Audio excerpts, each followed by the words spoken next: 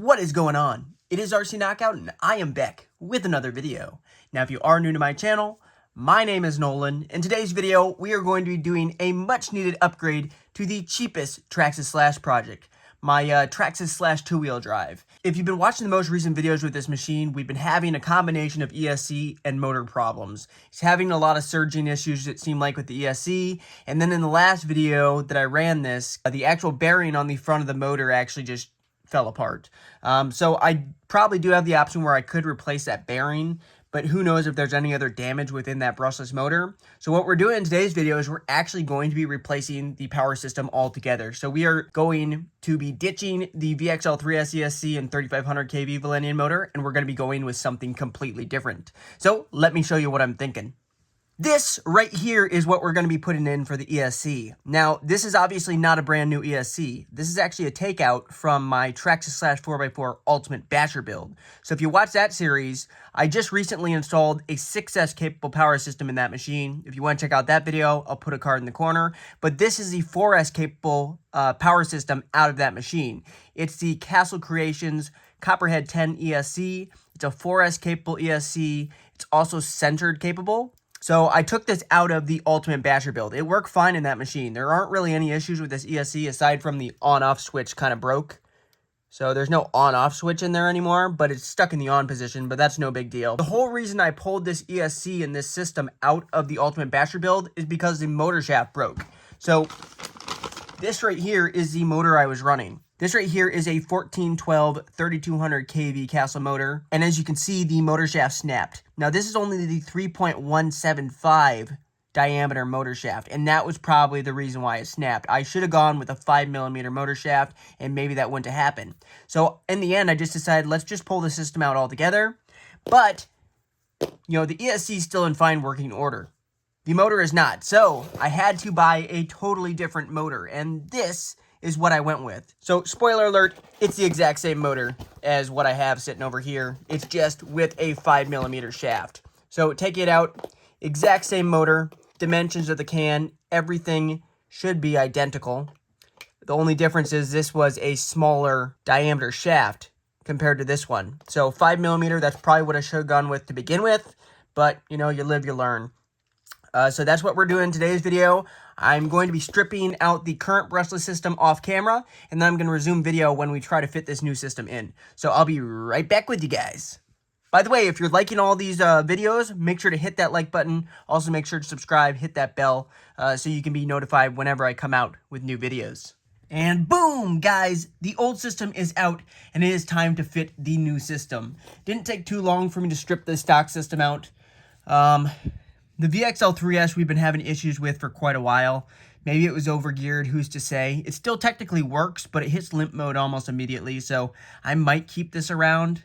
I can still use the fan and stuff off of it, but I don't really know if I'll ever throw this back in another machine. And the motor is done. So the bearing right at the front of the motor actually fell apart. So this motor does not turn smoothly. Now I will have to retain this pinion, because this right here is a 3.175 shaft on the 3500 kV Velineon motor. But as you can see right here, I'm running an adapter sleeve so we can run a 5mm bore pinion. So this pinion right here will go right onto our new motor because that's got a 5mm shaft. I'll set that aside, and we have to just figure out how we're going to get the ESC mounted. That's like the biggest thing. Took the wheel and tire off so I could access the screws easily for the motor. So looking at the bottom of the ESC, we don't have any way to screw the ESC down. So really my options are kind of limited. I'm probably just going to have to use double-sided foam tape. But because of the design on this, there's these two ridges right here. It doesn't work very well. So I'll almost, will it fit right here? Like, it's not a great setup for trying to fit an ESC in here. So I'm just trying to think what I can do, because I don't have any type of mount that goes right here, and that's a bit of an issue.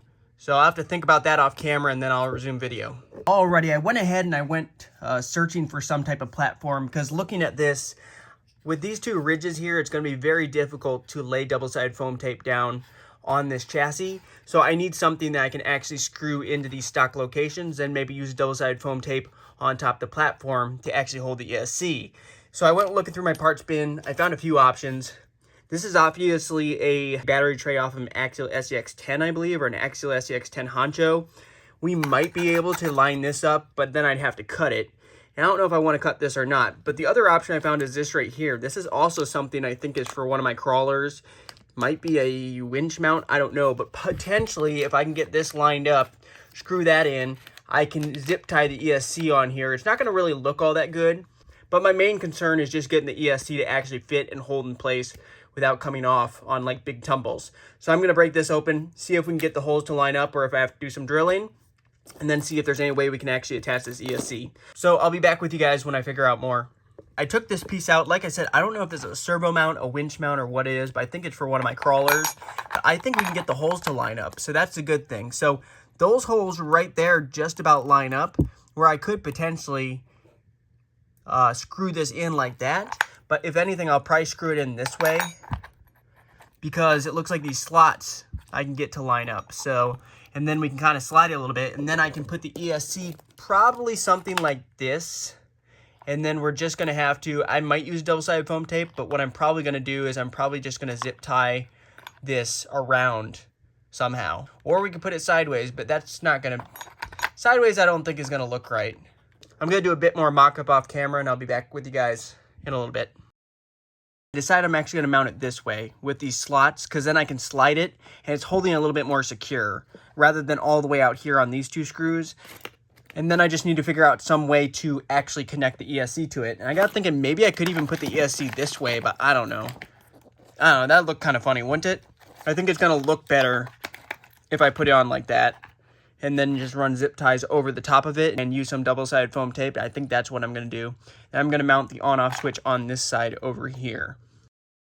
So this is the progress I've made right here. I've got this zip tied, got some double-sided foam tape. I had to face the ESC this way because otherwise I was worried I wouldn't have a long enough cable to run the sensor wire, because I don't know if I mentioned, but the motor we're putting in is a sensored motor. So this has to go through the actual shock tower, back around, reach the back of the can of the motor, which I don't know if it would have done if I would have mounted it the other way. Got the on-off switch there, got the ESC and the fan wire routed to the receiver box, so I'm going to get that buttoned up, and then I'll show the install of the motor real quick, and then she'll be done. Can't wait to test this thing out. I've got the ESC installed, all tidied up. I used some tape just to help keep those wires flattened down to the chassis. Now all we have to do is install the motor. So we just have to get this in through the backside right here, get that pinion hooked up, and get that sensor wire on the back, and then she's good to go. And then I just need to calibrate some stuff, and then we're going to run her. Now, you're not going to see me run it till the next video, because unfortunately it is dark outside right now. So that's another reason why you're going to want to subscribe and hit that bell so you don't miss out on the first test of this new system. So we're going to use a dab of thread lock on the threads, because these are the threads that are going to be holding the motor in. So I'll just get a dab of thread lock on these right now, so we don't have to worry about these backing out. All right. Now we just got to line the motor up, which can be kind of tricky. So I'm also going to plug the sensor wire into the back right here. So the sensor wire plugs in right here into the back. And I'm just going to retain the same sensor I was using before. This motor did come with a brand new sensor, but it's the exact same sensor wire I'm already running. And since that one works, there's no point in switching it out. So just plug this into the back of the motor, like, go this way. Yes, like that. Yeah, and see what I mean? So I don't think I would have had enough room to run the sensor wire. Maybe if I had the ESC turned the other way. We'll have to do some things to tidy up this wiring, because I don't really like that. But all right, now just get the motor lined up. I think that right there might be lined up with some holes. So let's try to get these fed in there. I might not do the best job showing this on camera, but it's kind of tricky to get everything lined up and then also showcase that on camera, so I do apologize. Come on, where is it? Where is it? Is that it? Yes, it's threading in. Okay. Now the bottom one.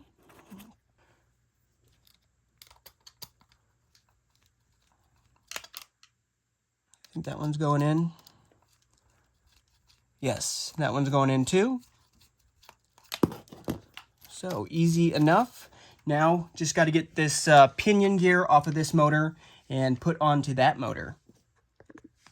Alrighty, I got that adapter sleeve right here out that adapts it from a 3.175 to a 5mm. Got the grub screw put back in with some thread lock. Let's see, how do we want this slid on? I think it's going to have to slide on this way. I got to clean some of this excess. I put a little bit too much thread lock on this pinion gear. I think it's going to have to go this way. Alrighty, I've got the pinion slid on far enough. So just tighten down that grub screw. Get that nice and snug. And get the gear mesh set properly. So the good thing is, even though this is a two-wheel drive Slash, I did already put the Hot Racing 32-pitch gear conversion in this thing. Now, that is one of the issues. It seemed like right after I installed these heavier-duty gears, that's when I started running into the Esc and Motor issues. So I don't know if it's like overheating or what the actual issue was, but it seemed like ever since I put these gears in, we had issues. But with a system like this, I don't imagine there'll be any issues. All right, let's try to get this gear mesh set properly. That actually feels pretty good. Sorry if I'm not completely within the frame.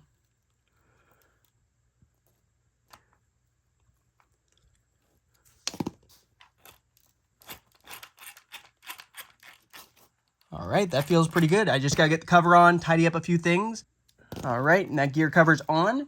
And then routing the wires, which I'm probably just gonna route them right through the shock tower, like the stock wiring. Then I might have to zip tie this though, because it's not going to look the cleanest, especially with this sensor wire. The sensor wire kind of looks out of place, kind of looks, yeah, it's kind of in the way. In hindsight, well, actually, I could probably still do this. I could undo this sensor wire right here. Oops. I could undo this sensor wire and run it underneath of the Hot Racing sway bar, and that'll kind of pin it out of the way. Let's see if that works. So if I go like this, I just don't want it to put like tension on it and like split it or cause too much strain on it. But I think that'll work, won't it? Wrong way. Oh yeah, that'll work. Oh, it might be more likely to come off though with this setup though, because it's putting a little bit of tension on it. I'm trying to get as much of this strung through here.